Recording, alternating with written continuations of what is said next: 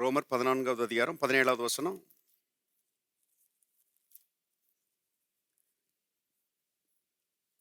தேவனுடைய ராஜ்யம் புசிப்பும் குடிப்பும் அல்ல, அது நீதியும் சமாதானமும் பரிசுத்த ஆவியினால் உண்டாகும் சந்தோஷமா இருக்கிறது. ஜெபமனும். பரலோகத்தின் தகப்பனே, நன்றியோடு நாங்கள் துதிக்கிறோம். கர்த்தாவே, உமக்கு ஸ்தோத்திரம். யாரிடத்தில் போவோம்? நித்திய ஜீவ வசனங்கள் உம்மிடத்தில் உண்டே என்று எழுதியிருக்கிறபடி, தேவனே, நித்திய ஜீவ வசனங்களுக்காக உமக்கு நன்றி. கர்த்தாவே, உம்முடைய ஜீவ வசனங்களாலே நாங்கள் இந்த மாலை வேளையிலே போஷிக்கப்படும்படி, கர்த்தாவே, நாங்கள் உணர்த்துவிக்கப்படும்படி பரிசுத்த ஆவியானவர் ஜீவ வார்த்தைகளை கொண்டு எங்களோடு பேசுகிறீர் என்று விசுவாசித்து நாங்கள் உண்மை துதிக்கிறோம். தகப்பனே, உமக்கு ஸ்தோத்திரம். வல்லமுள்ள வசனங்கள் உம்முடைய வாயிலிருந்து புறப்பட்டு வருவதாக நாங்கள் ஆழமாய் கவனிக்க, கர்த்தாவே, உணர்ந்து கொள்ள, அறிந்து கொள்ள, புரிந்து கொள்ள எங்களுக்கு உதவி செய்வீராக. விதமாக செய்கிறபடியால் நன்றி. இயேசுவின் நாமத்தில் பிதாவே, ஆமென். தொடர்ந்து தேவனுடைய ராஜ்யத்தை குறித்து பார்த்து கொண்டு வருகிறோம். பாருங்க, ஏற்கனவே நாம் சொன்னபடி 2 ராஜ்யங்கள் இருக்கிறது இந்த உலகத்தில். ஒன்று தேவனுடைய ராஜ்யம், அடுத்தது பிசாசனுடைய ராஜ்யம். பாருங்க, ஒன்று தேவனுடைய பிள்ளைகளுடைய கூட்டம், அடுத்தது ரட்சிக்கப்படாத கூட்டம். இந்த 2 கூட்டம் தான் உலகத்தில் இருக்குது. வேற பிரிவுகள்லாம் இல்லை. பாருங்க, கர்த்தருக்கு முன்பாக ஆண் பெண்ங்கிற வித்தியாசம் கூட இல்லை என்று வேதத்திலே நான் பார்க்கிறோம் இல்லையா. போன வாரத்துக்கு முந்தின வாரம் பெரிய பாஸ்டர் ஒரு பிரசங்கம் பண்ணும்போது சொன்னாங்கல்ல, கிறிஸ்துவே எல்லாவற்றிலும் எல்லாமாய் இருக்கிறார். யூதன் என்றும் இல்லை, கிரேக்கன் என்றும் இல்லை, ஆண் என்றும் இல்லை, பெண் என்றும் இல்லை, அடிமை என்றும் இல்லை, சுயாதீனம் என்றும் இல்லை.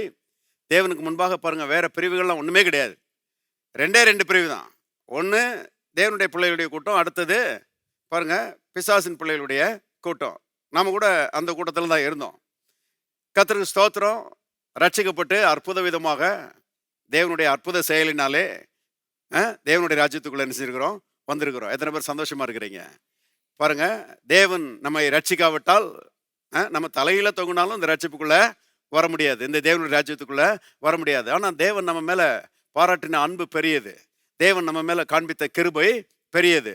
அருமையானவர்களே, அவருடைய அந்த அபாரமான அன்பினாலே, கிருபையினாலே நாம் ரட்சிக்கப்பட்டு தேவனுடைய ராஜ்யத்துக்குள்ள என்ன செஞ்சிருக்கிறோம்? வந்திருக்கிறோம்.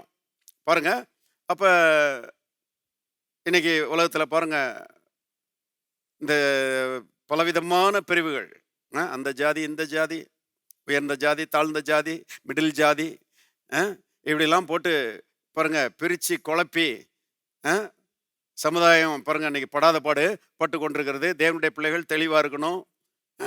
2 கூட்டம் தான். ஒன்று தேவனுடைய பிள்ளைகளுடைய கூட்டம், அடுத்தது பாருங்க ரட்சிக்கப்படாத கூட்டம்.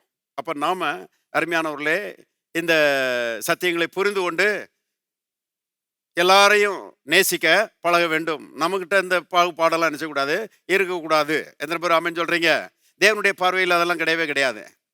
நாம அந்த மாதிரி பாருங்க வித்தியாசமான பார்வை உடையவர்களாக இருப்போமானால் பாருங்க நம்ம தேவனை போல பார்க்கல. நம்முடைய பார்வை தேவனை போல இல்லை.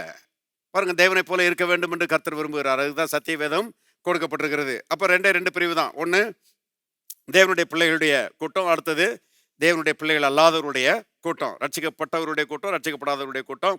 ஒன்று தேவனுடைய ராஜ்யத்துக்குள்ள இருக்குது, அடுத்தது பிசாசனுடைய ராஜ்யத்துக்குள்ளே இருக்கிறது.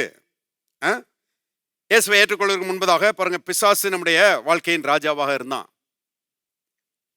அவனுடைய உந்துதலுக்கு உட்பட்டு அவனுக்கு அடிமையாக நாம் வாழ்ந்து வந்தோம். அதுதான் நம்முடைய வாழ்க்கையாக இருந்தது இல்லையா. எபேசியருக்கு போவோம். எபேசியர் 2ஆம் அதிகாரம் 2வது வசனம் பாருங்க.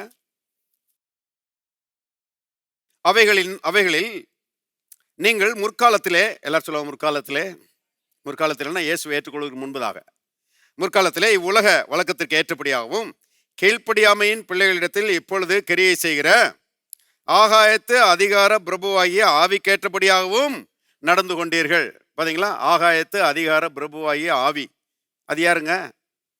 அதுதான் பிசாசு.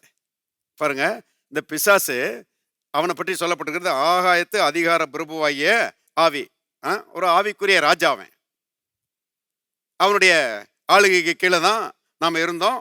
பாருங்க, அவனுடைய டிக்டேட்ஸ் அதுக்கு கீழே தான் நம்ம இருந்தோம். அவனுடைய கட்டுப்பாட்டுக்கு கீழே தான் நம்ம இருந்தோம். அவனுடைய உந்துதலின்படி தான் பாருங்க காரியங்களை நாம் செய்து வந்தோம். அதனால தான் வாழ்க்கையில் பாருங்க விடுதலை இல்லை, சுயாதீனம் இல்லை, சந்தோஷம் இல்லை, சமாதானம் இல்லை. அப்படிப்பட்ட வாழ்க்கையாக நம்முடைய வாழ்க்கை இருந்தது. வெற்றி இல்லாத ஒரு வாழ்க்கையாக இருந்தது. மனுஷன் பாருங்க பிசாசுனுடைய ஆளுகைக்கு உட்பட்டவன் வெளியே சிரிக்கிறான், ஆனால் உள்ள அழுதுட்டு இருக்கிறான். வாழ்க்கை ஒரு போகஸா இருக்குது பாருங்க. அப்படிப்பட்ட வாழ்க்கை தான் நாமளும் என்ன செஞ்சோம், வாழ்ந்து கொண்டிருந்தோம். ஆனால் கர்த்தருக்கு ஸ்தோத்திரம், ராஜாதி ராஜாவாகிய இயேசு நம்மை தேடி வந்தார். இருக்கிறீங்களா?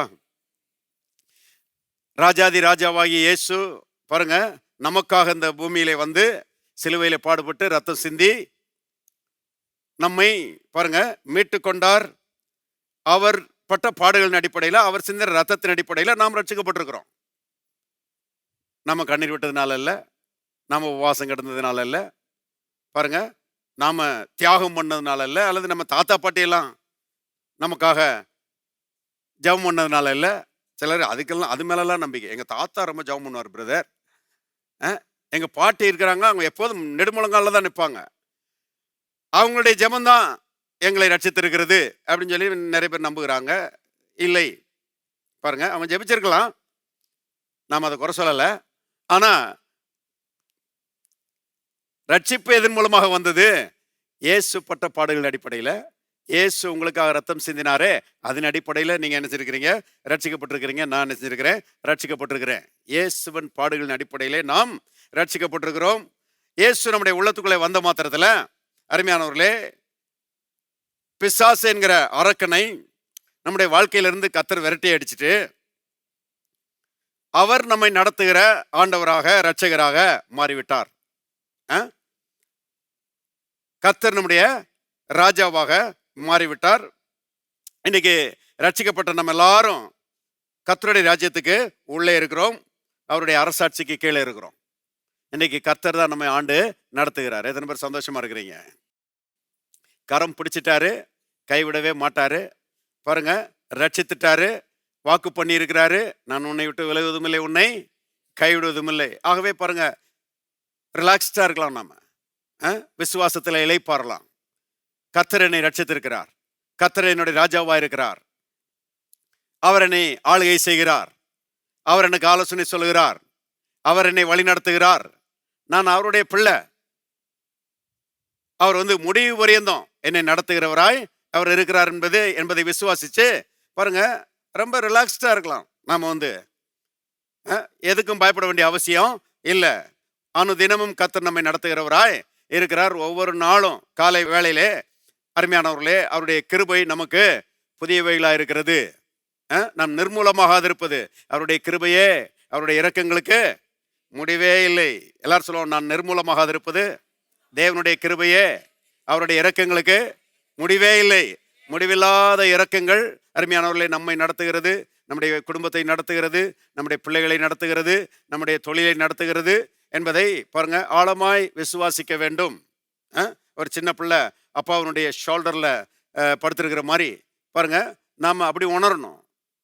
எங்க அப்பா என்னைய தூக்கி சுமந்துட்டு இருக்கிறாரு, அவர் என்னை சுமக்கிற அன்பின் தகப்பனா இருக்கிறாரு. ஆகவே நான் எதுக்கும் பயப்பட வேண்டிய அவசியம் இல்லை, எதுக்கும் கவலைப்பட வேண்டிய அவசியம் இல்லை. அவருடைய அரசாட்சிக்கு கீழே இருக்கிறேன், அவருடைய ஆளுகைக்கு கீழே இருக்கிறேன், அவருடைய பராமரிப்புக்கு கீழே இருக்கிறேன். ஆகவே என்னுடைய எதிர்காலம் நல்லா இருக்கும், என்னுடைய எதிர்காலம் ஒளிமயமா இருக்கும். இருக்கிறீங்களா? பாருங்க, அவ்விதமாக விசுவாசிக்க வேண்டியது நம்முடைய பொறுப்பு. பாருங்க, தகப்பனுடைய தோளில் படுத்துக்கிட்டே கவலைப்பட்டுக்கிட்டும் இருக்கலாம், தகப்பனுடைய தோளில் படுத்துக்கிட்டே பாருங்க பயந்துக்கிட்டும் இருக்கலாம். நிறைய விசுவாசிகள் அப்படி இருக்கிறாங்க. பயப்பட வேண்டிய அவசியம் இல்லை, கவலைப்பட வேண்டிய அவசியம் இல்லை. அவருடைய பாதுகாவல், அவருடைய பராமரிப்பு பாருங்க அது உங்களுக்கு எப்போதும் உண்டு. இதுவரைக்கும் நடத்தி வந்திருக்கிற கர்த்தர் இனிமேலும் நடத்துவார். இதுவரைக்கும் நடத்தி வந்ததை பார்க்கலாம் வருகிற காலங்களில் ரொம்ப சிறந்த விதத்தில் நடத்துகிறவராய் அவர் இருக்கிறார். ஆமேன். பாருங்க, அவர் தான் நம்முடைய ராஜா. இப்போ இந்த தேவனுடைய ராஜ்யத்தில் 3 காரியங்களை நாம் பார்க்கிறோம். இந்த ரோமர் 14:17 ஒன்று நீதி, அடுத்தது சமாதானம், அடுத்தது பரிசுத்தாவினால் உண்டாகும் சந்தோஷம். நீதியை பற்றி கொஞ்சம் பார்த்தோம், சமாதானத்தை பற்றி கொஞ்சம் பார்த்தோம். இப்போ பரிசுத்தாவினால் உண்டாகிற சந்தோஷத்தை குறித்து கொஞ்சம் பார்ப்போம். ஆ? எல்லாரும் சொல்லுவோம், எனக்குள்ளே பரிசுத்தாவியினால் உண்டாகிற சந்தோஷம் இருக்கிறது. தேவன் பரிசுத்தாவியினால் எனக்கு ரட்சிப்பின் சந்தோஷத்தை ஒவ்வொரு நாளும் தருகிறார். அதுதான் பாருங்க ரட்சிக்கப்பட்டவருடைய பாக்கியம். ஆ? ரட்சிக்கப்பட்டவர்கள் ஸ்லாக்கியம் பெற்றவர்களா? ரட்சிக்கப்பட்டவர்கள் பாக்கியம் பெற்றவர்களா? ஆமா. எத்தனையோ விதங்கள்ல அருமையானவர்களே, உலக மனிதர்களை பார்க்கலாம், ரட்சிக்கப்பட்டவர்கள் பாக்கியம் உள்ளவர்கள், அதிர்ஷ்டசாலிகள், பாருங்க ஆசீர்வதிக்கப்பட்டவர்கள். பல காரணங்களை சொல்லலாம். அதுல ஒரு காரணம் பாருங்க, நாம் ரட்சிக்கப்பட்ட நாம் தேவ பிரசன்னத்தை நம்முடைய ஆவியிலே உடையவர்களாக இருக்கிறோம். எவ்வளவு பெரிய பாக்கியம் பாருங்க. பழைய ஏற்பாட்டு காலங்களில் விசுவாசிகளுக்கு கிடைக்காத மிகப்பெரிய சிலாக்கியம் நமக்கு கிடைத்திருக்கிறது. அதுதான் பாருங்க தேவ ஆவியினுடைய பிரசன்னம். நாம தேவாதி தேவனுடைய பிரசன்னத்தை உடையவர்களாக இருக்கிறோம். யோவான் சுவிசேஷம் 14 அதிகாரத்துக்கு போவோம். யோவான் 14:17. உலகம் அந்த சத்திய ஆவியானவரை காணாமலும் அறியாமலும் இருக்கிறபடியால் அவரை பெற்றுக்கொள்ள மாட்டாது. அவர் உங்களுக்குள்ளே வாசம் பண்ணி உங்களுக்குள்ளே இருப்பதால் நீங்கள் அவரை அறிவீர்கள். பாருங்க என்ன அருமையா சொல்லப்பட்டிருக்குது பாருங்க. அவர் உங்களுடனே வாசம் பண்ணி உங்களுக்குள்ளே இருப்பதால், பாருங்க தேவ ஆவியானவர் நமக்குள்ளே இருக்கிறாராம். ரட்சிக்கப்பட்ட புதிய ஏற்பாட்டு ஜனங்கள் அவங்க ஆசீர்வதிக்கப்பட்டவர்கள். இன்னும் நல்லா சொல்ல போனா பழைய ஏற்பாட்டு பரிசுத்தவான்களை பார்க்கலாம் ஆசீர்வதிக்கப்பட்டவர்கள். இயேசு அருமையா சொன்னார் பாருங்க, ஸ்திரீகளிடத்தில் பிறந்தவர்களில் யோவான் ஸ்நானகனை பார்க்கலும் பெரியவன் ஒருவனும் இல்லை, ஆகிலும் பரலோக ராஜ்யத்தில் சிறியவன் என்று எண்ணப்படுகிறவன் அவனிலும் பெரியவனாயிருக்கிறான் அப்படிங்கிறாரு. அதாவது தீர்க்கதரிசிகளிலேயே, அதாவது அம்மா வயிற்றிலிருந்து பிறந்த மனிதர்கள்லேயே மிகப்பெரிய மனுஷன், மிக உயர்ந்த மனுஷன் யாருன்னு கேட்டா யோவான் ஸ்நானகன் தானா. இயேசு கரெக்டாக தான் சொல்லுவார் இல்லையா? யோவான் ஸ்நானகன் தானா பாருங்க. ஆனா புதிய ஏற்பாட்டில் ரட்சிக்கப்பட்ட ஒரு விசுவாசி, சாதாரண விசுவாசி, யோவான் ஸ்நானகனை பார்க்கலும் பெரியவன் என்று இயேசு சொல்கிறார். பாருங்க என்ன அடிப்படையில் சொல்றாருன்னா, இவன் ரொம்ப விசேஷமானவன், இவன் ரொம்ப கெட்டிக்காரன், அந்த அடிப்படையில் சொல்லல. இவன் வாழ்கிற காலம் அப்படிப்பட்ட காலம். பாருங்க யோவான் ஸ்நானகன் இயேசுனுடைய கல்வாரிக்கு முன்னாலவே மரிச்சு போயிட்டான் இல்லையா? ஆனா இயேசுனுடைய கல்வாரிக்கு பின்னால வருகிறவர்களுக்கு பாருங்க பாவங்கள் கழுவப்பட்ட ஒரு இருதயம் கொடுக்கப்படுகிறது. பாருங்க ஒருவன் கிறிஸ்துவுக்குள்ள இருந்தால் எப்படி இருக்கிறான்? புது சிருஷ்டியா இருக்கிறான். பழையவைகள் எத்தனை ஒளிஞ்சு போச்சு? எல்லாமே ஒளிஞ்சு போச்சு. பழைய பாவம், பழைய பலவீனம், பழைய சந்தேகம், பழைய அவிசுவாசம், பாருங்க பழைய பயம் எல்லாமே ஒளிஞ்சிருச்சு. இப்போ கிறிஸ்துவுக்குள்ளே வந்திருக்கிறோம், புது சிருஷ்டிகளாய் நாம் இருக்கிறோம். பாருங்க இது பழைய ஏற்பாட்டில் யாருக்குமே கொடுக்கப்படாத ஒரு பாக்கியம். பாருங்க நாம் புது சிருஷ்டிகளாக மாறி இருக்கிறோம். அது மட்டும் இல்ல, தேவாவின் பிரசன்னம் யோவான் ஸ்நானகன் போன்ற பெரிய பக்தர்களுக்கு ஆவிக்குள்ளே கொடுக்கப்படவில்லை. அவங்க மேல பரிசுத்த ஆவியானவர் வந்தாரு, அவங்க கூட பரிசுத்த ஆவியானவர் பாருங்க இருந்து வேலை செய்தாரு. ஆனா அவங்க உள்ளத்துக்குள்ள பரிசுத்த ஆவியானுடைய பிரசன்னம் நுழையவே இல்லை. ஏனென்றால் பழைய ஏற்பாட்டு எல்லா பரிசுத்தவான்களுடைய உள்ளமும் மறுபடியும் பிறக்காத பாவ இருதயமாகத்தான் இருந்தது. பாருங்க ஆனா இன்னைக்கு ரட்சிக்கப்பட்ட தேவனுடைய பிள்ளைகள் மிகப்பெரிய பாக்கியவான்கள். அவங்களுக்கு கிடைக்காத சிலாக்கியம் தாவீது, ஆபிரகாம், பாருங்க ஈசாக்கு, யாக்கோபு, மோசே, யோசுவா, எலியா, எலிசா, யோபு போன்ற பெரிய பக்தர்களுக்கு கிடைக்காத சிலாக்கியம் இன்னைக்கு சாதாரண விசுவாசிகளாகிய நமக்கு கிடைச்சிருக்குது. எத்தனை பேர் சந்தோஷமா இருக்கிறீங்க? பாருங்க வேதத்தில் நாம் வாசிக்கும் போது வேதம் சொல்கிறது, மனிதன் தேவனோடு இணைந்து வாழும்படி உண்டாக்கப்பட்டவன் இல்லையா? மனுஷன் பாருங்க தேவனை விட்டு துண்டிக்கப்பட்டவனாய், தனியனாய், பாருங்க இண்டிபெண்டா வாழும்படி அவன் சிருஷ்டிக்கப்பட இல்லை. மீனை தண்ணியை விட்டு வெளியே எடுத்துட்டீங்கன்னா மீன் வந்து செத்துரும், அவ்வளோதான். தண்ணிக்குள்ளே தான் அதுக்கு வாழ்வு. அதே போல் மனுஷன் பாருங்க, கடவுளை விட்டு பிரிஞ்சான்னா அவன் செத்துருவான். ஆவிக்குரிய ரீதியில் செத்து தான் கிடக்கிறான், தேவனை விட்டு பிரிஞ்சு கிடக்கிறான். தேவனோடு இணையும் போது தான் மனுஷனுக்கு வாழ்வே ஒழிய, தேவனை விட்டு பிரிந்து கிடந்தால் அவனுக்கு வாழ்வே கிடையாது. மனிதன் தேவனோடு வாழும்படி படைக்கப்பட்டான் என்று வேதத்தில் நம்ம வாசிக்கிறோம். உலகத்தில் திருமண உறவை கண்கூட பார்க்கிறோம் இல்லையா? கணவனும் மனைவியும் திருமண நாளிலிருந்து இணைந்து வாழுகிறார்கள். இது வந்து the most wonderful relationship available to mankind. மனுக்குலத்திற்கு பாருங்க, தேவனால் படைக்கப்பட்ட, தேவனால் கொடுக்கப்பட்ட ஒரு அற்புதமான உறவு இந்த திருமண உறவு. கணவனும் மனைவியும் திருமண நாளில் இருந்து இணைந்து வாழ்கிறார்கள். எது வரைக்கும் இணைந்து வாழ்கிறார்கள்னா, மரணம் அவர்களை பிரிக்கிற வரைக்கும் என்ன செய்யறாங்க? இணைந்து வாழ்கிறாங்க இல்லையா? இயேசு அதை பற்றி சொல்லும் போது என்ன அருமையா சொல்றாரு?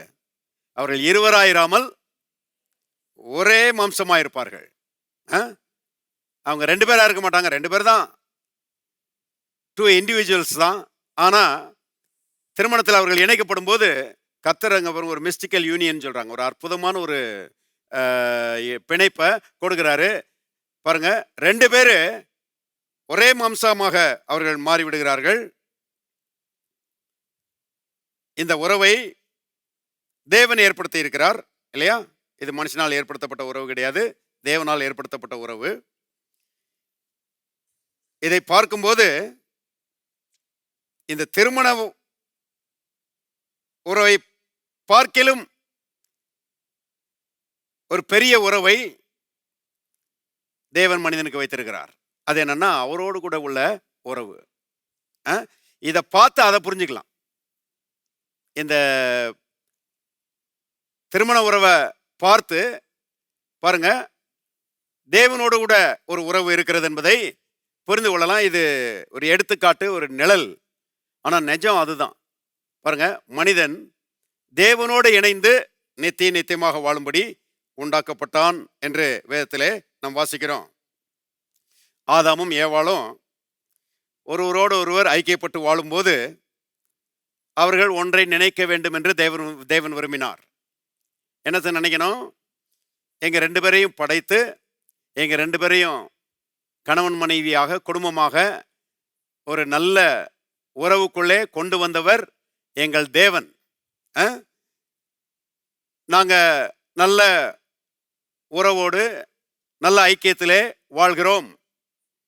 ஆனால் இதை பார்க்கலாம் அவரோடு எங்களுக்கு இருக்கிற உறவு மேலானது என்பதை அவர்கள் என்ன செய்யணும்? நினைக்கணும். கவனிங்க, அதுதான் ரியல், அதுதான் லாங் லாஸ்டிங். இது இந்த பூமியில வாழுகிற வரைக்கும் தான். பாருங்க, தேவனோடு கூட இருக்கிற உறவு, ஐக்கியம், அது என்றென்றைக்கும் பாருங்க, அது நம்மோடு இருக்கக்கூடிய ஒரு உறவு என்று நாம் வேதத்திலே பார்க்கிறோம். இந்த உலக பிரகாரமான இந்த குடும்ப உறவை பார்க்கலாம் பாருங்க, அது அதிக முக்கியமானது. நல்லா கவனிங்க, அப்படி அதிக முக்கியமானது என்பதை அவர்கள் உணர்ந்து செயல்பட்டிருப்பார்களானால் பாருங்க, பாவம் செஞ்சிருக்கவே மாட்டாங்க இல்லையா? இன்னைக்கு அப்படிதான். பாருங்க, நீங்க ஒரு கணவன் மனைவி 2 பேர் இருக்கிறாங்க. 2 பேருக்குள்ளேயும் பாருங்க ஒரு நல்ல அண்டர்ஸ்டாண்டிங் இருக்குது அப்படின்னா பாருங்க, அவங்க எந்த விதத்திலும் குடும்ப வாழ்க்கையில தோற்று போகவே மாட்டாங்க இல்லையா? ஒருத்தர் புரிஞ்சுக்கிட்டாங்க, ஒருத்தர் கனம் பண்ணுகிற ஆட்களாக இருக்கிறாங்க, ஒருத்தர் பாருங்க மதிக்கிறவர்களாய், அவங்க ரெஸ்பெக்ட் பண்ணுகிறவர்களாக இருந்தாங்கன்னா பாருங்க, அந்த குடும்பத்தில் தேவையில்லாத சண்டைகள் வரவே வராது. எத்தனை பேர் ஆமென் சொல்றீங்க?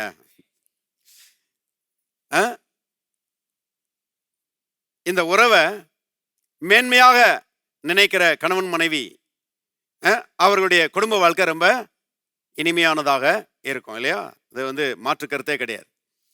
அது உலகத்தார் கூட அப்படிதான். அவங்க ரட்சிக்கப்பட்டிருக்கணும்னு அவசியம் இல்லை. பாருங்க, ரட்சிக்கப்படாதவங்க கூட இந்த உறவை ரொம்ப மேன்மையாக நினைச்சாங்கன்னா நல்லா வாழ்கிறார்கள். ஆனால் ரட்சிக்கப்பட்ட தேவனுடைய பிள்ளைகள் அதை காட்டிலும் பெட்டராக வாழலாம். உலகத்தார பார்க்கலும் சூப்பராக என்ன செய்யலாம், குடும்ப வாழ்க்கை நடத்தலாம். இருக்கிறீங்களா? இருந்தால் ஒரு ஆமீன் சொல்லுங்க. ஏன்னா நமக்கு பாருங்க பரிசுத்த ஆவியானுடைய உதவி இருக்குது, நமக்கு பாருங்க வேத அறிவு இருக்கிறது. அருமையானவர்களே பாருங்க, அவங்கள பார்க்கலாம் நம்ம ஒருபடி அதிகம் சிறந்த குடும்ப வாழ்க்கை வாழ முடியும். கவனிங்க, இப்ப இந்த உறவை குறித்த ஒரு புரிந்து கொள்ளுதல் இருக்கணும். இதுக்கு மேல பாருங்க, தேவன் அவரோடு கூட எங்களுக்கு இருக்கிற உறவு ரொம்ப விசேஷமான உறவு என்பதை மதித்திருந்தார்களானால், அதை கனம் பண்ணி இருந்தார்களானால் பாவம் செஞ்சிருக்கவே மாட்டாங்க. இன்னைக்கு உலகத்துல நாம பார்க்கிற பாருங்க சீரழிவை இன்னைக்கு நம்ம பார்த்திருக்கவே மாட்டோம். உலகம் பாருங்க அது சொர்க்கமாகவே இருந்திருக்கும். இயேசு ஜெபிக்க சொன்னாரு, ஞாபகம் இருக்குதா? பரலோகத்தில் உம்முடைய சித்தம் செய்யப்படுவது போல, சத்தமா தான் சொல்லுங்களேன், பூமியிலேயும் செய்யப்படுவதாக. அதுதான் தேவனுடைய சித்தம். பரலோகம் மாதிரியே இருக்கணும் பூலோகம் என்பதுதான் தேவனுடைய சித்தம். அந்த நோக்கத்தை மனசுல வச்சுதான் பாருங்க தேவன் இந்த உலகத்தை நினைச்சிருக்கிறாரு, படைச்சிருக்கிறாரு. நான் டெய்லி காலையில் ஜெபம் பண்ணும்போது இப்படி சொல்லி ஜெபம் பண்ணுவேன்.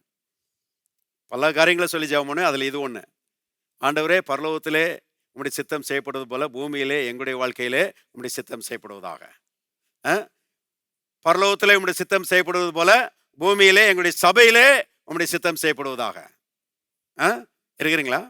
எல்லாரும் சொல்லுவோம், பரலோகத்திலே உம்முடைய சித்தம் செய்யப்படுகிறது போல பூமியிலேயும் உம்முடைய சித்தம் செய்யப்படுவதாக. பாருங்க, அப்படி பரலோக வாழ்க்கையாக இருக்கும்படிதான் ஆதாமையும் ஏவாளையும் என்ன செஞ்சாரு, தேவன் படைத்து குடும்பமாக ஏற்படுத்தினாரு. ஆனா இவங்க அதை மதிக்காம, அருமையானவர்களே, பிசாசுக்கு செவி கொடுத்து எல்லாத்தையும் என்ன செஞ்சிட்டாங்க, இழந்து போயிட்டாங்க. தேவன் மனுஷனை படைச்ச போது இவ்விதமாக நான் வாசிக்கிறோம். திருப்புங்க ஆதியாகமம் 2:7 பாருங்க. தேவனாகிய கர்த்தர் மனுஷனை பூமியின் மண்ணினாலே உருவாக்கி, எல்லாரும் சேர்ந்து வாசிக்கலாம், ஜீவ சுவாசத்தை அவன் நாசியிலே ஊதினார், மனுஷன் என்னவானா, ஜீவாத்மாவானான். கவனிங்க, இதை காட்டிலும் ஒரு சிறந்த பாருங்க விளக்கம் மனுஷன் சிருஷ்டிக்கப்பட்டதுக்கு வேற எங்கேயுமே கிடையாது. எல்லாம் கட்டுக்கதை தான். இதுதான் சத்தியம். எத்தனை பேர் ஆமென் சொல்றீங்க? தேவன் பாருங்க, அருமையானவர்களே, மனுஷனை அவனுடைய சரீரத்தை பூமியின் மண்ணினால உருவாக்கி முதலாக அவனுடைய நாசியிலே ஜீவ சுவாசத்தை ஊதினார் எழுதப்பட்டிருக்கிறது. அதுக்கு எபிரேய வார்த்தை ரூஹா என்ற வார்த்தை பயன்படுத்தப்பட்டிருக்குதான். தேவன் அப்படி அழுத்தி ஜீவ சுவாசத்தை ஊதினார், ரூஹா அப்படின்னு சொன்ன மாத்திரத்தில், அருமையானவர்களே, மனுஷனுக்குள்ளே அருமையானவர்களே அந்த ஆவி, மனுஷனுடைய ஆவி சிருஷ்டிக்கப்பட்டது மட்டுமல்ல, நல்லா கவனிங்க, மனுஷனுக்குள்ளே ஆவி சிருஷ்டிக்கப்பட்டது மட்டுமல்ல, தேவ ஆவியானவரும் மனுஷனுக்குள்ள என்ன செஞ்சாரு, வாசம் பண்ணினாரு. மனுஷன் தேவனுடைய ஆலயமாகவே இருந்தான். அதனாலதான் நம்ம வேதத்தில் வாசிக்கிறோம் பாருங்க, பகலின் குளிர்ச்சியான வேளையில தோட்டத்திலே உலாவுகிற தேவனாகிய கர்த்தருடைய சத்தமா தான் சொல்லுங்களேன், சத்தத்தை கேட்டார்கள். பாருங்க, இவங்க 2 பேரும் பாருங்க அன்பினாலே இணைக்கப்பட்ட ஒரு குடும்ப வாழ்க்கை வாழுகிறார்கள். இதற்கு மேலாக இவங்க 2 பேரும் தேவனோடு ஐக்கியப்பட்டு வாழுகிறார்கள். என்ன சொல்றேன், தேவனோடு ஐக்கியப்பட்டு வாழ்கிற அந்த இணைப்பு தான் இந்த உலக பிரகாரமான குடும்ப வாழ்க்கையை ஆசீர்வதித்தது. பாருங்க, அதுதான் ரூட்டு, இங்கதான் ஃப்ரூட்டு. அதுதான் வேறு, இதுதான் கனி. கவனிங்கள். அப்ப அது ரொம்ப முக்கியமான ஒரு உறவு என்பதை நாம் வேதத்தில் வாசிக்கிறோம். அப்ப பாருங்க, தேவன் ஆவியானவராய் அவர்களுக்குள்ளே வாசம் பண்ணினார். அவருடைய ஆண்டவராயிருந்தார், அவருடைய ராஜாவாயிருந்தார். ஆகவே அவருடைய வாழ்க்கையில எந்த குறைவும் இல்லை. என்ன அற்புதமான ஒரு வாழ்க்கை பாருங்க. ஏன் இதை சொல்றேன் அப்படின்னா, இதை புரிஞ்சுக்கிட்டோம்னா நம்ம வாழ்க்கையும் அப்படியே மாறிடும். எத்தனை பேர் இந்த பூமியில் தேவனுடைய ஆசீர்வாதங்கள் அடங்கிய பரலோக வாழ்வை வாழ விரும்புகிறீர்கள்? கர்த்தர் அவைலபிளாக வச்சிருக்கிறார். நிறைய ஆவிக்குரிய மக்கள் என்ன சொல்கிறாங்கன்னா, பரலோகத்தை அனுபவிக்கணும்னா நீங்கள் பரலோகத்துக்கு போனால் தான் அனுபவிக்க முடியும். இல்லைங்க, பரலோகத்தின் அதிபதி தான் இயேசு. பரலோகத்தை பரலோகமாக அவரால் மாற்ற முடியுமானால், பூலோக வாழ்க்கைக்குள்ளே அவள் பிரவேசிக்கிற அந்த இயேசு உங்களுடைய பூலோக வாழ்க்கையையும் பரலோகமாக மாற்ற முடியும். இருக்கிறீங்களா? கட்டுக்கடங்காத சமாதானம், கட்டுக்கடங்காத ஆரோக்கியம், கட்டுக்கடங்காத ஐஸ்வர்யம், கட்டுக்கடங்காத அருமையானவர்களே ஞானம், அறிவு எல்லாமே அவரிடத்துல இருந்துச்சு இருக்குது, அவைலபிளா இருக்குது. இதெல்லாம் நம்ம விசுவாசிச்சோன்னா அதெல்லாம் பாருங்க சுதந்திரிக்கலாம் என்பதை தெரிந்து கொள்ளுங்கள். ஆகவே சிருஷ்டிக்கப்பட்ட நாளிலே பாருங்க, தேவன் அவருடைய ஆவியை மனுஷனுக்குள்ள ஊதுறாரு. மனுஷன் பாருங்க தேவ ஆவியின் பிரசன்னத்தினாலே நிறைந்திருந்தான். மனுஷனும் தேவனும் ஒன்றாய் இருந்தார்கள். அதனாலதான் பாருங்க தேவன் ஆதாமிடத்துல சொன்னாரு, தோட்டத்தை காத்துக்கொள், தோட்டத்தை என்ன செய்ய பண்படுத்து, நல்ல ஒரு வாழ்க்கையை உனக்கு தந்திருக்கிறேன், இன்பமான ஒரு வாழ்க்கையை நான் உனக்கு தந்திருக்கிறேன். நீ நிர்விசாரமா இருந்து நான் உனக்கு கொடுத்த இந்த இன்பமான வாழ்க்கையை என்ன செஞ்சிடாத, இழந்து போயிடாத. ஏன்னா இதை பறிக்கிற ஒரு பிசாசு என்ன செய்யறான், வெளியே இருக்கிறான். தோட்டத்தை காத்துக்கொள்ளனா என்ன அர்த்தம் கவனிங்க, வெளியே ஒரு எதிரி இருக்கிறான், அவனை உள்ள விடாத என்பதுதான் தேவனுடைய சத்தம். கவனிங்கள். அப்ப ஆதாமுக்கு ஒரு பெரிய பொறுப்பு கொடுக்கிறாரு.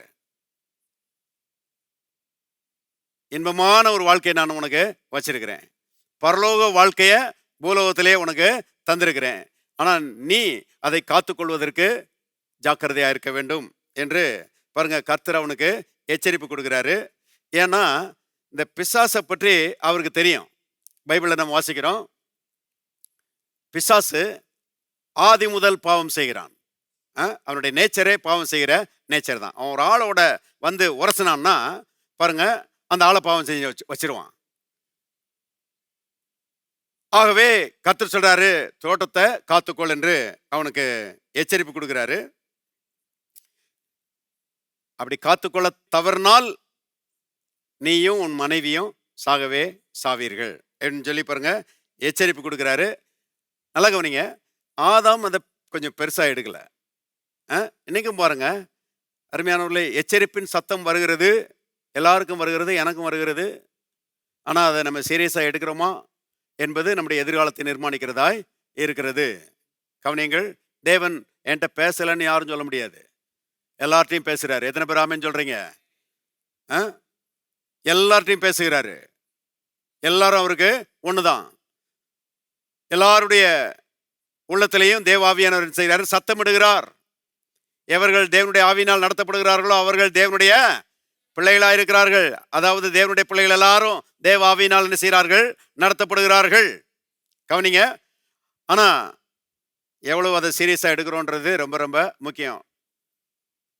உண்மையா நான் சொல்றேன், நாங்கள் ஊழியத்தில் இருக்கிறோம், அதிக ஜாக்கிரதையா இருக்க வேண்டியது இருக்குது.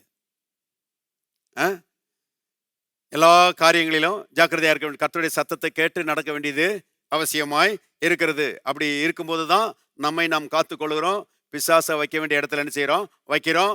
அப்பொழுதுதான் அருமையானவர்களே வாழ்க்கை கர்த்தருடைய ஆசீர்வாதங்களால் நிரம்பின வாழ்க்கையாக இருக்கும். எத்தனை பேர் விரும்புறீங்க கர்த்தருடைய ஆசீர்வாதங்களால் நிரம்பின வாழ்க்கையாக என்னுடைய வாழ்க்கை இருக்க வேண்டும் என்று?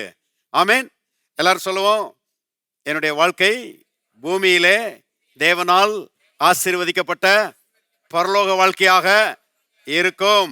இன்னொரு முறை சொல்லுவோம், என்னுடைய வாழ்க்கை இந்த பூமியிலே தேவனால் ஆசீர்வதிக்கப்பட்ட பரலோக வாழ்க்கையாக இருக்கும். எத்தனை பேர் விசுவாசிக்கிறீங்க? அதுக்கு தான் இவ்வளவு பிரசங்கம் பண்ணிட்டு இருக்கிறேன் நான். பாருங்க, விடக்கூடாது. அருமையானவர்களே, தேவ சத்தத்தை நிராகரிச்சுட்டு ஆதாமை போல தோத்து போயிடக்கூடாது. பாருங்க, ஆதாம் வில்லிங்கா என்ன செஞ்சான், பிசாசை உள்ள விட்டான், பிசாசனுடைய சத்தத்துக்கு செவி கொடுத்தான், பாவம் செஞ்சான். நடந்தது என்னன்னா, சிலர் சொல்றாங்க ஆதாம கர்த்தர் ஏதேன் தோட்டத்தை விட்டு விரட்டி அடிச்சிட்டாரு, இந்த இன்பமான தோட்டத்துக்குள்ள இருக்காதப்பா போ அப்படின்னு சொல்லி என்ன செஞ்சிட்டாரு, விரட்டி அடிச்சிட்டாருன்னு சொல்லி விரட்டி அடிச்சுட்டு வீசிக்கொண்டிருக்கிற சுடரொளி பட்டயத்தையும் அங்கே வச்சுட்டார். உள்ள நுழையாத, உன்னை பார்த்தாலே எனக்கு வெறுப்பா இருக்குது அப்படின்னு சொல்லி கத்தரிச்சிட்டா, விரட்டி அடிச்சிட்டாருன்னு சொல்லி சிலர் அப்படி யோசிக்கிறாங்க. அருமையானவர்களே, அதாவது அவன் இழந்து போனதுல முக்கியமான ஒரு காரியம் என்னன்னா ஏதேன் தோட்டம். ஏதேன் தோட்டத்தை அவன் இழந்து போயிட்டான் அப்படின்னு சொல்லி அதை பெருசா சொல்றாங்க. நல்லா கவனிங்க, ஏதேன் தோட்டத்தை இழந்து போனா உண்மைதான். ஆனா அதை ஒரு நாள் பிரசங்கம் பண்றேன் நான். கவனிங்க, என்ன அது என்ன என்ன தேவன் சொல்றாருன்னா, அவனை விரட்டி அடிச்சதுக்கு ஒரு மாபெரும் காரணம் இருக்கிறது. சும்மா விரட்டி அடிக்கல, அது கூட ஒரு அவருடைய அன்பின் செயல் தான். அதை நான் ஒரு நாளைக்கு பிரசங்கம் பண்றேன். கவனிங்க, அவன் மேல உள்ள வெறுப்புல அவனை விரட்டி அடிக்கல, அவன் மேல உள்ள அன்புல தான் அவனை தோட்டத்தை விட்டு வெளியே போக சொன்னாரு. ஆனா அவன் ஏதேன் தோட்டத்தை இழந்தது பெரிய விஷயம் கிடையாது. அருமையானவர்களே, அவன் பாவம் செய்த போது தேவ ஆவியின் பிரசன்னத்தை இழந்து போனான். அதுதான் பெரிய இழப்பு. அதனாலதான் ரோமர் 3:23 விதமாக சொல்லுகிறது. திருப்புங்க, ரோமர் 3:23 வசிக்கலாம். எல்லாரும் பாவம் செய்து தேவ மகிமை அற்றவர்களானார்கள். கவனிங்க, எல்லாரும் பாவம் செய்து தேவ மகிமை அற்றவர்களானார்கள். அதாவது ஆதாமுக்குள்ள எல்லாரும் இருந்தாங்க. நீங்களும் நானும் ஆதாமுக்குள்ள இருந்தோம். ஆதாம் பாவம் செய்த போது நம்மளும் என்ன செஞ்சிருக்கிறோம்? பாவம் செஞ்சிருக்கிறோம். பாவம் செஞ்சதுனால ஏற்பட்ட விளைவு என்னங்க? தேவ மகிமை போயிடுச்சு, தேவ ஆவியானுடைய பிரசன்னம் போயிடுச்சு. அருமையானவர்களே, எவ்வளவு பெரிய இழப்பு பாருங்க. எல்லாம் இருந்து தேவன் இல்லைன்னா என்ன பிரயோஜனம்? யோசித்து பாருங்க. அதுதான் ஆதாமுக்கு நடந்தது. தேவ ஆவியானுடைய பிரசன்னம் போய்விட்டது. இன்னைக்கு உலகத்தில் இருக்கிற மக்கள் பல்வேறு காரணங்களை சொல்றாங்க. தங்களுடைய தோல்விக்கு பல்வேறு காரணங்களை சொல்றாங்க. நான் பின்தங்கிய வகுப்புல பிறந்துட்டேன், நான் கிராமத்துல பிறந்துட்டேன், வசதி வாய்ப்புகள் இல்லாத குடும்பத்துல நான் பிறந்துட்டேன், எனக்கு படிப்பு இல்லை, எனக்கு பணம் இல்லை, எனக்கு உதவி செய்கிற உறவினர்கள் இல்லை, இப்படி பல காரணங்களை மக்கள் சொல்லுகிறார்கள். தங்களுடைய தாழ்ந்த நிலைமைக்கு, வீழ்ந்து போன நிலைமைக்கு, தங்களுடைய தோல்விக்கு, இப்படி பல காரணங்களை சொல்லுகிறாங்க. ஆனா வேதம் என்ன சொல்லுகிறதுன்னா, வீழ்ந்து போன நிலைமைக்கு ஒரே ஒரு காரணம் தான். என்ன காரணம்னா, மனுஷன் தேவனை விட்டு என்ன செய்யறான்? பிரிஞ்சு கிடக்கிறான். தேவ ஆவியானவர் அவனுக்குள்ள இல்லை. அதனாலதான் வாழ்க்கையில் அவ்வளவு கஷ்டம். அதனாலதான் வாழ்க்கை அவ்வளவு போராட்டமா இருக்குது. அதனாலதான் வாழ்க்கை அவ்வளவு பாருங்க சீர்குலைஞ்ச வாழ்க்கையாக, நிம்மதி இல்லாத வாழ்க்கையாக இருக்கிறது. தேவ ஆவியானவர் பாருங்க மனுஷனுக்குள்ள வருவாரானால், மனுஷன் தேவ ஆவியானவரை உள்ளே உடையவனாக மாறுவானால் அவனுடைய வாழ்க்கை வெற்றிகரமான வாழ்க்கையாக மாறும். இருக்கிறீங்களா? எத்தனை பேர் வெற்றிகரமா வாழணும் விரும்புறீங்க? அருமையானவர்களே, தேவ ஆவியானுடைய பிரசன்னம் மனிதர்களை பாருங்க வெற்றி நிறைந்த மனிதர்களாக மாற்றுகிறது. கவனிங்க,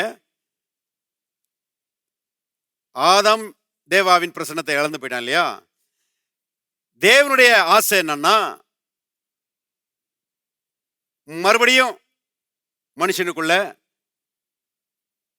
குடியிருக்கணும். அதுதான் தேவனுடைய ஆசை. தேவன் எவ்வளவு மனுஷன் மேல அன்பு வச்சிருக்கிறார் பாருங்க. மோசே ஒரு இடத்துல சொல்லுகிறான், மெய்யாகவே அவர் ஜனங்களை நேசிக்கிறார். பாருங்க, மனிதர்களை நேசிக்கிற தேவனை போல ஒரு நபரை நீங்க எங்கேயுமே பார்க்க முடியாது. எல்லாரும் சொல்லுவோம், தேவன் என்னை நேசிக்கிறார். இன்னொரு முறை சொல்லுவோம், தேவன் என்னை நேசிக்கிறார். இன்னொரு முறை, தேவன் என்னை நேசிக்கிறார். கவனிங்க, பரலோகத்துல அவருக்கு இருக்கிறதுக்கு அவருக்கு இஷ்டம் இல்லையா? பூலோகத்துல அவருடைய ஜனங்களோட இருக்கணுமா? அதான் அவருடைய ஆசையா. இதுக்கு தான் இந்த ரட்சிப்பின் திட்டமே செயல்படுத்தப்பட்டது என்று வேதம் சொல்லுகிறது. டெரக் பிரின்ஸ் ஒரு நாள் ஆண்டவர்கிட்ட கேட்டாராம், ஆண்டவரே, why do you love mankind so much? ஏன் மனுக்குலத்தை ரொம்ப நேசிக்கிறீர் அப்படின்னு சொல்லி கேட்டாராம். தேவன் சொன்னாராம், ஷட் அப், வாய மூடு, அதுக்கு காரணமே சொல்ல முடியாது. ஆ? அது என்னுடைய சுபாவம். மனுஷர்களை நான் அவ்விதமா என்ன செய்றேன்? நேசிக்கிறேன். பாருங்க, அவர் சொல்றாரு. அதுக்கு பிறகு அந்த கேள்விய ஆண்டவர்ட்ட கேட்கிறதைய நான் விட்டுட்டேன்றாரு. பாருங்க, என்னன்னே தெரியல. ஆனா தேவன் நம்ம என்ன செய்கிறார்? நேசிக்கிறார். எத்தனை பேர் சந்தோஷமா இருக்கிறீங்க? நான் உளமார இயேசுவை நேசிக்கிறேன். ஆ? கவனிங்க. ஏன்னா, அவர் முந்தி என்னிடத்தில் அன்பு கூர்ந்து, எனக்காக அந்த உலகத்துல வந்து கல்வாரி சிலுவையில பாடுபட்டு, பரிசுத்த ரத்தத்தை எனக்காக சிந்தி, எனக்காக பாதாளம் வரைக்கும் போய் 3 நாட்கள் இரவும் பகலும் நான் பட வேண்டிய வேதனைகளை அவர் பட்டு, எனக்காக பட்டு, தீர்த்து, என்னை பாருங்க நரகத்திலிருந்தும், பிசாசின் பிடியிலிருந்தும், பாவத்திலிருந்தும் ரட்சித்திருக்கிறார். பாருங்க, என்னன்னே தெரியல, என் மேல ஒரு ஒரு பாசம் வச்சிட்டாரு. பாருங்க, அந்த வச்ச பாசம் மாறவே மாறாது.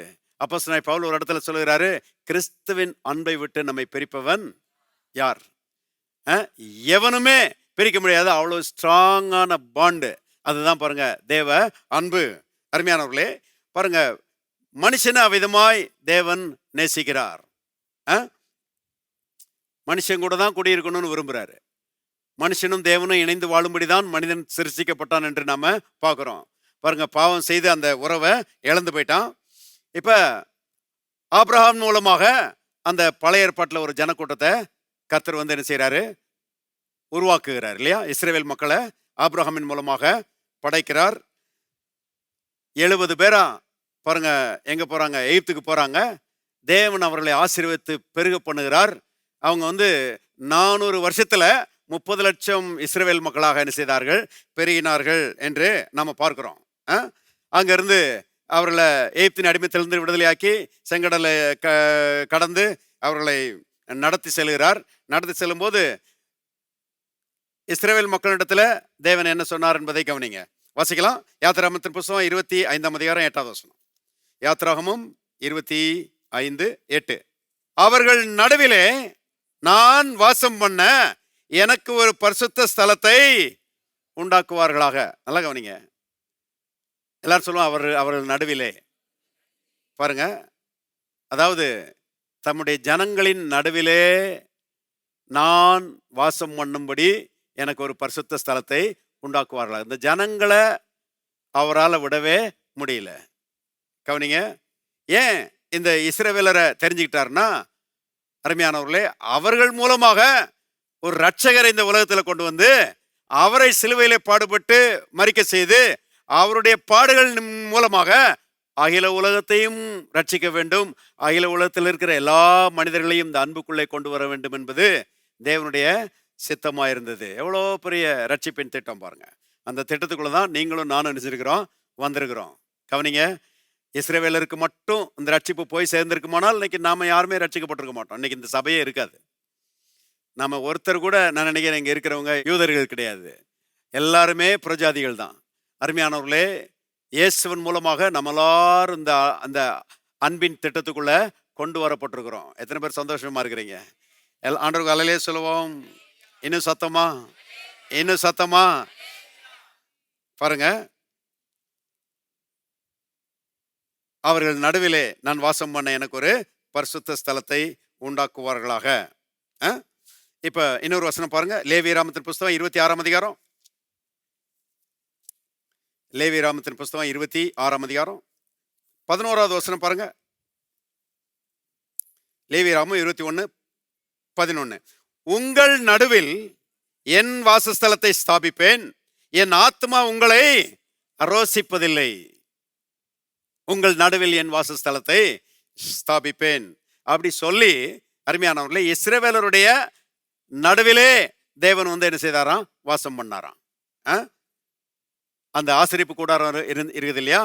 அந்த ஆசரிப்பு கூடாரம் பாருங்க, வனாந்தரத்திலே மோசேக்கு கட்டளையிட்டு, மோசேக்கு பாருங்க தேவன் அதை செய்யும்படி கட்டளையிட்டார். மோசே அதன்படி செய்து முடித்தான். பாருங்க, அந்த ஆசரிப்பு கூடாரம், அது பாருங்க, அந்த பெட்டி ஒரு டென்ட்டுக்குள்ள வச்சிருந்தாங்க. பாருங்க, அந்த டென்ட்டை மறைக்கிறதுக்கு ஒரு திரையை தொங்க விட்டுருந்தாங்க. அதுக்கடுத்து பாருங்க, பரிசுத்த ஸ்தலம், அதுக்கடுத்து பிரகாரம். 3 பிரிவாக அது வனாந்தரத்திலே இருந்தது. இங்கிட்டு 3 கோத்திரம், இங்கிட்டு 3 கோத்திரம், இங்கிட்டு 3 கோத்திரம், இங்கிட்டு 3 கோத்திரம், 12 கோத்திரங்கள். பாருங்க, பாளையம் இறங்கி இருந்தார்கள். அப்ப நடுவுல அந்த ஆசரிப்பு கூடாரம் இருந்தது. அந்த நடுவுல தான் பாருங்க அந்த மகா பரிசுத்த ஸ்தலம். அந்த மகா பரிசுத்த ஸ்தலத்துக்குள்ள தேவாவியானுடைய பிரசன்னம் இருந்தது என்று வேதத்திலே நாம் வாசிக்கிறோம். உங்கள் நடுவிலே நான் வாசம் பண்ண எனக்கு ஒரு ஸ்தலத்தை ஆயத்தம் பண்ணுவீர்களா, உண்டாக்குவீர்களாகன்னு சொல்லி கர்த்தர் சொல்லியிருக்கிறார். நல்லா கவனிங்க. இப்போ அவர்கள் நடுவில் வாசம் பண்ணாரே ஒழிய யாருடைய உள்ளங்களுக்குள்ளும் அவரால் வாசம் பண்ண முடியல. ஆனா அவருடைய ஆசை என்ன? ஒரு மனுஷனுக்குள்ளேயும் வாசம் பண்ணணும். அதான் அவருடைய ஆசை. ஏன் அந்த ஆசை நிறைவேறல? ஏன்னா மனுஷனுடைய உள்ளங்கள் பாவங்களால் நிறைந்திருந்தது. பாவம் மனுஷனுக்குள்ள இருந்ததுனால பாருங்க, பரிசுத்த தேவன் மனுஷனுடைய ஆவிக்குள்ள என்ன செய்ய முடியாது? வாசம் பண்ண முடியாது இல்லையா? அப்ப தேவன் அவங்களோட வாசம் பண்ணணும்னு விரும்பினாரு. ஆனா பாவம் ஒரு பெரிய தடையாக இருந்தது. யாரும் தேவனிடத்திலும் வர முடியாது. தேவனும் பாருங்க பரிசுத்த ஸ்தலத்தை கடந்து மனுஷர்களை நேசிக்கிறாரு. ஆனா அவங்க உள்ளத்துக்குள்ள போய் குடியிருக்க அவரால் முடியவில்லை. பழைய ஏற்பாட்டில் மகாபிரதான ஆசாரின்னு ஒருத்தர் இருந்தான் இல்லையா? அவன் என்ன பண்ணான்? அவன் மட்டும் வருஷத்துக்கு ஒரு முறை ஆட்டுக்குட்டியை அடிச்சு அவனுடைய ரத்தத்தை கிண்ணத்தில் பிடிச்சிக்கிட்டு பாருங்க மிகுந்த பயத்தோடு மகா பரிசுத்த ஸ்தலத்துக்குள்ள பிரவேசித்து அந்த ரத்தத்திலே தன்னுடைய விரலை தோய்த்து கிருபாசனத்தில் 7 முறை தெளித்தான் என்று வேதத்திலே நாம வாசிக்கிறோம். அந்த கிருபாசனத்திலே தெளிக்கப்பட்ட அந்த ரத்தம் சமஸ்த இஸ்ரவேலர்களுக்கும் ஒரு வருஷத்துக்கு பாவ மன்னிப்பை பெற்று தந்தது என்று வேதத்திலே நாம் பார்க்கிறோம். கவனிங்க, எல்லாரும் சொல்லுவோம் வருஷத்துக்கு ஒரு முறை.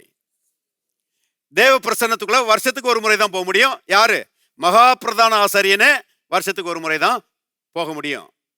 கவனிங்க, பாவம் எவ்வளவு தூரம் மனுஷனை தேவனை விட்டு பிரித்து வைத்திருந்தது என்பதை அங்கே நாம் பார்க்கிறோம். கவனிங்கள். இப்போ லேவியராமத்துக்கு போங்க. லேவியராமம் 16வது அதிகாரம். லேவியராகமம் 16 2வது வசனம் பாருங்க. லேவியராகமம் 16:2. கிருபாசனத்தின் மேல் ஒரு மேகத்தில் நான் காணப்படுவேன். ஆதலால் உன் சகோதரனாகிய ஆரோன், எல்லாரும் சேர்ந்து வாசிங்க, சாகாதபடி பரிசுத்த ஸ்தலத்திலே திரைக்கு உட்புறத்தில் இருக்கிற பெட்டியின் மேலுள்ள கிருபாசனத்து மூடிக்கு முன்பாக சகல வேலைகளிலும் வர வேண்டாம் என்று அவனுக்கு சொல்லு. பாருங்க, ஏன் அப்படின்னா அருமையானவர்களே, பாவ மனுஷன் பரிசுத்த தேவனோட நெருங்க முடியாது. பாருங்க, மனுஷனும் தேவனோட இணையணும்னு விரும்புறான். இஸ்ரவேல் மக்கள் பாருங்க தேவனை நேசிச்சாங்க இல்லையா? ஆபிரகாம் தேவனை நேசிச்சான், ஈசாக்கு தேவனை நேசிச்சான், யாக்கோபு தேவனை நேசிச்சான், அவனுடைய சந்ததியாரும் தேவனை நேசித்தார்கள், மறுக்க முடியாது. தேவனும் அவர்களை என்ன செய்கிறார்? நேசிக்கிறார். ஆனா ஒரு உறவுக்கு அங்கே பெரிய தடை இருந்தது என்று நாம் பார்க்கிறோம். அதுதான் பாவம் இல்லையா?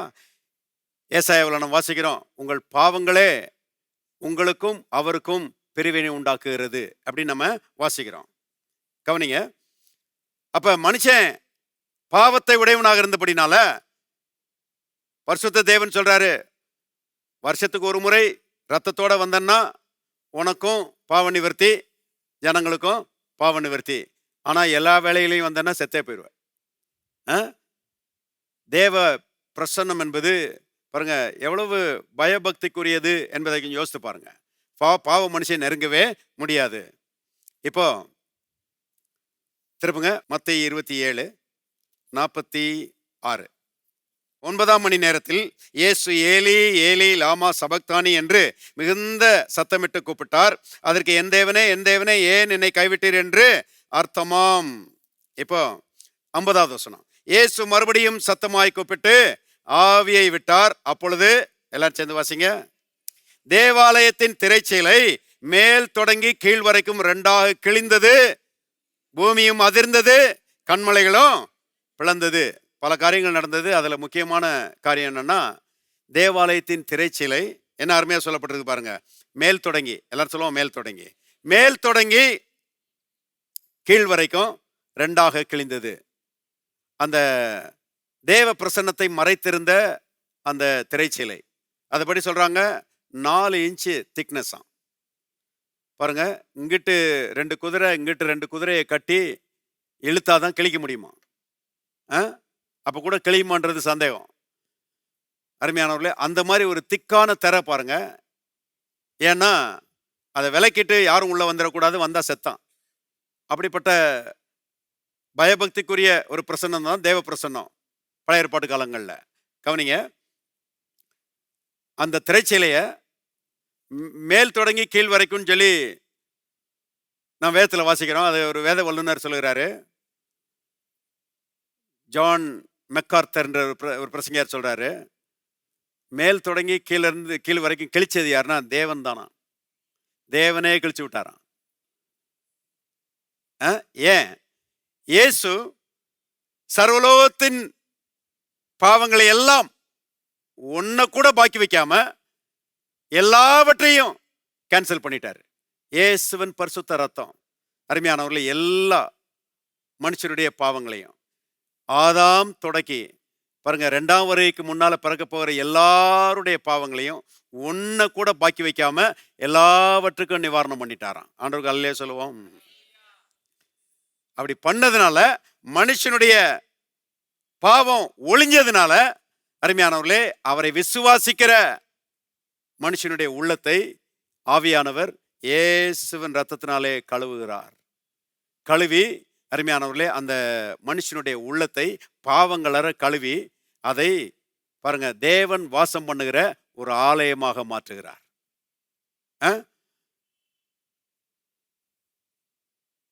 தேவாதி தேவனே ஆவியானவர் என்கிற ரூபத்துல இயேசுவை ஏற்றுக்கொண்ட மனுஷனுடைய உள்ளத்துக்குள்ளே வந்து வாசம் பண்ணுகிறார் என்று வேதத்திலே நாம் வாசிக்கிறோம்.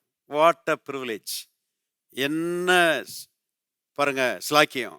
தாவீதெல்லாம் நம்மளை பார்த்து பொறாமப்படுவோம். அடே அப்பா, நான்லாம் எதிர்பார்த்து காத்திருந்தேன், எனக்கு கிடைக்கல, இவங்களுக்கு கிடைச்சிருக்குது. இந்த ஜீவ வார்த்தை ஆலயத்தின் மக்கள்லாம் ஆசீர்வதிக்கப்பட்டவர்கள் சொல்லி அவன் அங்கிருந்து பாருங்க நம்ம மேல ஒரு விதத்துல பொறாம தான் பட்டுட்டு இருப்பான்னு நினைக்கிறேன்.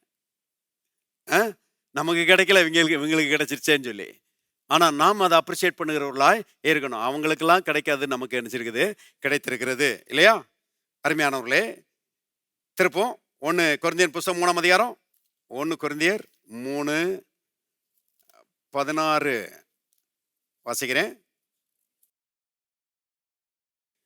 நீங்களே தேவனுடைய ஆலயமாயிருக்கிறீர்கள் என்றும் தேவனுடைய ஆவி உங்களில் வாசமாயிருக்கிறார் என்றும் அறியாதிருக்கிறீர்களா? தெரியாதா? விசுவாசிகளை பார்த்து அப்போஸ்தலனாகிய பவுல் கேட்கிறாரு, தெரியாதா உங்களுக்கு? நீங்க தான் தேவனுடைய ஆலயம். பழைய ஏற்பாட்டில் தேவனுடைய ஆலயம்னா அடே அப்பா பாருங்க, இஸ்ரவேல் மக்கள்லாம் பாருங்க அதை அவ்வளவு மேன்மையா நினைச்சாங்க. அவ்வளவு அதை உயர்ந்ததாக சிறந்ததாக நினைச்சாங்க. ஏன்னா அங்கதான் தேவன் பிரசன்னராய் இருந்தாரு. தேவாலயம்னா உருகிடுவாங்க பாருங்க யூதர்கள். அருமையானவர்களே, அப்பேற்பட்ட அந்த தேவாலயம் இன்னைக்கு யாருன்னு கேட்டீங்கன்னா நாம தான். தேவன் கைகளால் கட்டப்பட்ட ஆலயத்தில் இன்னைக்கு வாசம் பண்ணுகிறது இல்ல. தேவன் பாருங்க மறுபடியும் பிறந்த தேவனுடைய பிள்ளைகளுடைய ஆவிக்குள்ளே என்ன செய்கிறார்? வாசம் பண்ணுகிறார். நாம தான் தேவனுடைய ஆலயம். பாருங்க, பழைய ஏற்பாட்டில் பாவத்தின் மூலமாக மனுஷனை விட்டு பிரிந்து போன தேவ ஆவியானவர் இயேசுனுடைய புண்ணியத்தினால பாருங்க இன்றைக்கு மறுபடியும் மனுஷனுக்குள்ள வந்து அவர் வாசம் பண்ணுகிறார். அருமையானவர்களே, இன்னைக்கு வேதத்தில் எழுதப்பட்டிருக்கிறது, ரட்சிக்கப்பட்ட நாம பாருங்க தேவனோடு பாருங்க ஒன்றரை கலந்திருக்கிறோம். 1 கொரிந்தியர் 6:11 பாருங்க. 1 கொரிந்தியர் 6:17. 1 கொரிந்தியர் 17. அப்படியே கர்த்தரோடு இசைந்திருக்கிறவன் அவருடனே கூட ஒரே ஆவியா இருக்கிறான். பாருங்க, நாமும் கர்த்தரும் ஒண்ணா இருக்கிறோம். எல்லாரும் சொல்லுவோம், நானே தேவனுடைய ஆலயமா இருக்கிறேன், தேவ ஆவியானவர் எனக்குள்ளே வாசமா இருக்கிறார். இன்னொரு முறை சொல்லுவோம், நானே தேவனுடைய ஆலயமா இருக்கிறேன், தேவ ஆவியானவர் எனக்குள்ளே வாசமா இருக்கிறார். பாருங்க, பழைய ஏற்பாட்டில் அந்த மேன்மையாக நினைக்கப்பட்ட ஆலயம் இன்னைக்கு யாருன்னு கேட்டீங்கன்னா நாம தான். நமக்கு அந்த உணர்வு இருக்குதா? போகும்போது வரும்போதும் I am the temple of God. இன்னைக்கு உலகத்தில் மனுஷர்கள் பாருங்க, கடவுள் எங்கேயோ இருக்கிறாருன்னு சொல்லி பாருங்க அங்கே ஓடிட்டு இருக்கிறாங்க. கர்த்தர் சொன்னார், மனுஷா நீ தான் என்னுடைய ஆலயம், நீ தான் என்னுடைய புண்ணிய சேத்திரம். நிறைய பேருக்கு தெரியல, ஆனால் நமக்கு தெரிஞ்சிருக்கணும், நாம தான் தேவனுடைய ஆலயமாய் இருக்கிறோம். இப்போ முடிக்க போறேன், கவனிங்க.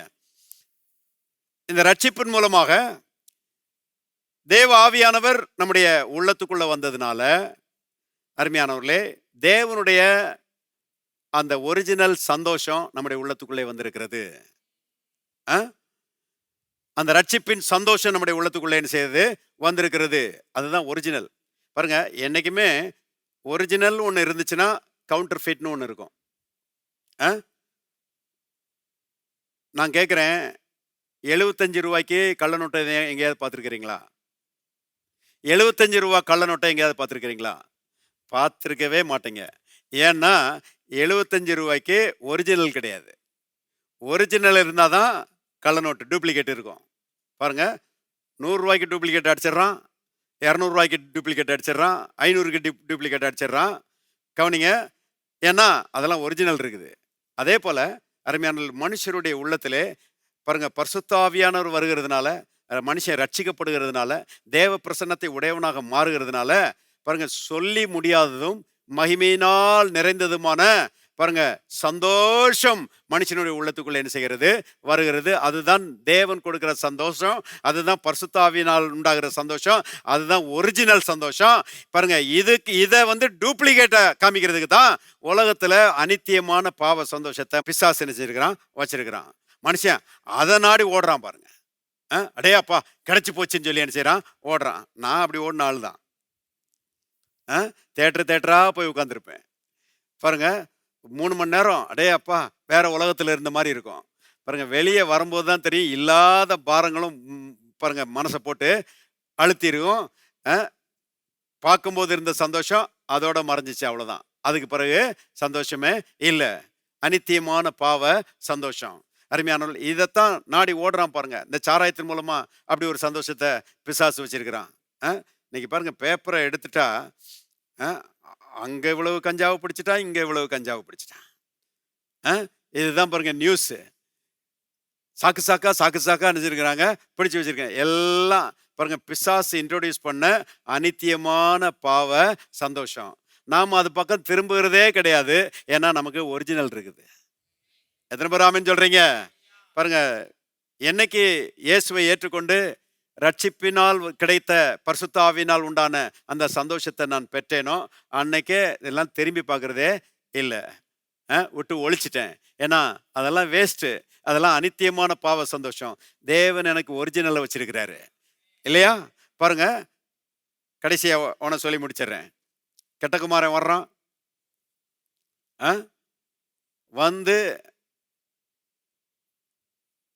அவங்க அப்பாவோட இணையிறான். அவங்க அப்பா அவனை தூரத்திலே பார்த்துட்டாரு, பார்த்து ஓடுறாரு. ஓடி மனதுருகி ஓடி கழுத்தை கட்டி கொண்டு என்ன செய்கிறாரு? முத்தமிடுகிறாரு. இவன் சும்மா அப்படி எழுப்பி வந்தான், அவ்வளோதான்.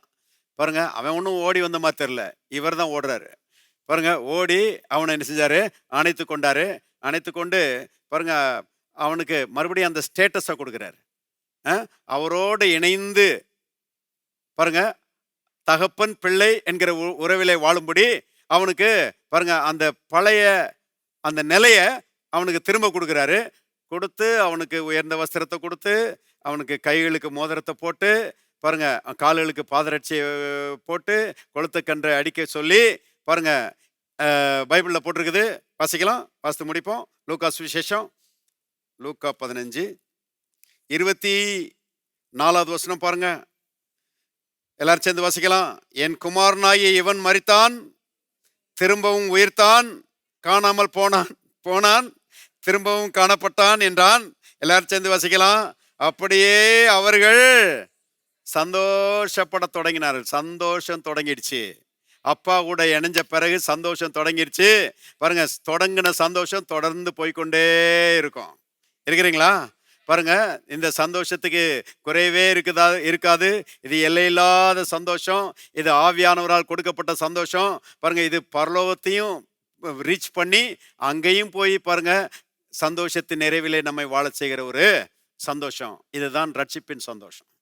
கவனிங்க, இந்த ரட்சிப்பின் சந்தோஷத்தை பாருங்க நாம உடையவர்களாய் இருக்கிறோம். காலையில் எந்திரிச்சா பாருங்க கர்த்தரை பார்த்து thank you Lord for your salvation, thank you for the infilling of the Holy Spirit. ஆண்டவரே, ரட்சிப்புக்காக உமக்கு நன்றி. பரிசுத்த ஆவியானவருடைய நிறைவுக்காக உமக்கு நன்றி. பரிசுத்த ஆவியானவரால் எனக்கு கொடுக்கப்பட்ட சந்தோஷத்துக்காக உமக்கு நன்றி. இருக்கிறீங்களா?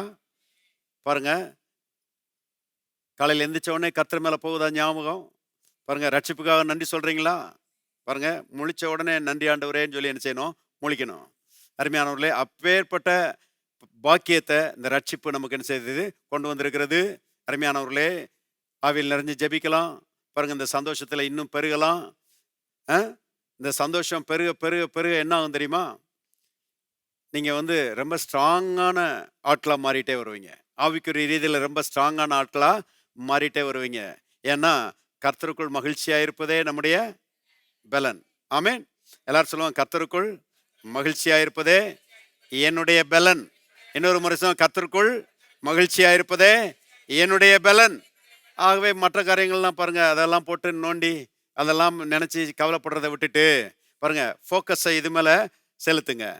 பரிசுத்த ஆவியானவருக்கு இடம் கொடுங்க. ஆவியில் நிறைஞ்சு ஜெபம் பண்ணுங்க. அருமையானவர்கள், இந்த சந்தோஷத்தில் இன்னும் பெருகுங்க. அருமையானவர்கள், வளர்ச்சி பெருக்கம் பாருங்க, பலன் அதிகமாயிட்டே போகும். ஆசீர்வாதம் நிறைந்த வாழ்க்கையாக மாறுகிறது மட்டுமல்ல, நீங்கள் மற்றவர்களுக்கு ஆசீர்வாதமாய் இருப்பீர்கள். ஆமென். எல்லாரும் தயவுசெய்து எழுந்து நிற்போம். Thank you Lord.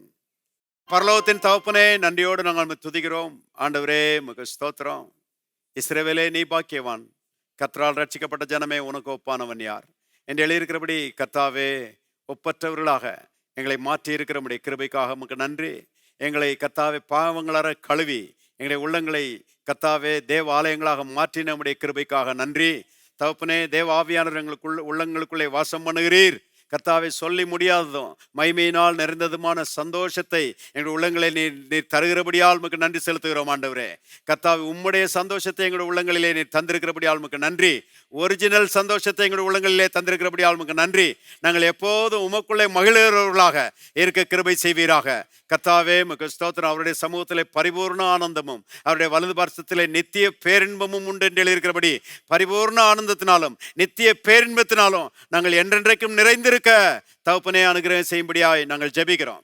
தகப்பனே, உமக்கு ஸ்தோத்திரம். உம்முடைய ஆவியானவருடைய கர்த்தாவே அருள் மாறி எங்களுக்குள்ளே இன்னும் தேவ சந்தோஷத்தை பெருக்கி கொடுக்கும்படி நாங்கள் ஜெபிக்கிறோம். அவிதமாக செய்கிறீர் கர்த்தாவே, ஆசீர்வதிக்கிறீர். வந்திருக்கிற யாவரையும் ஆசீர்வதிக்கிறீர். இந்த சத்தியத்திலே கர்த்தாவே இன்னும் அதிகமாய் நாங்கள் வளர, இதை குறித்த உணர்விலே இன்னும் அதிகமாய் பெருக எங்களுக்கு அனுகிரகம் செய்வீராக. அவிதமாக செய்கிறபடியால் உமக்கு ஸ்தோத்திரம். இயேசுவின் நாமத்தில் பிதாவே, ஆமென்.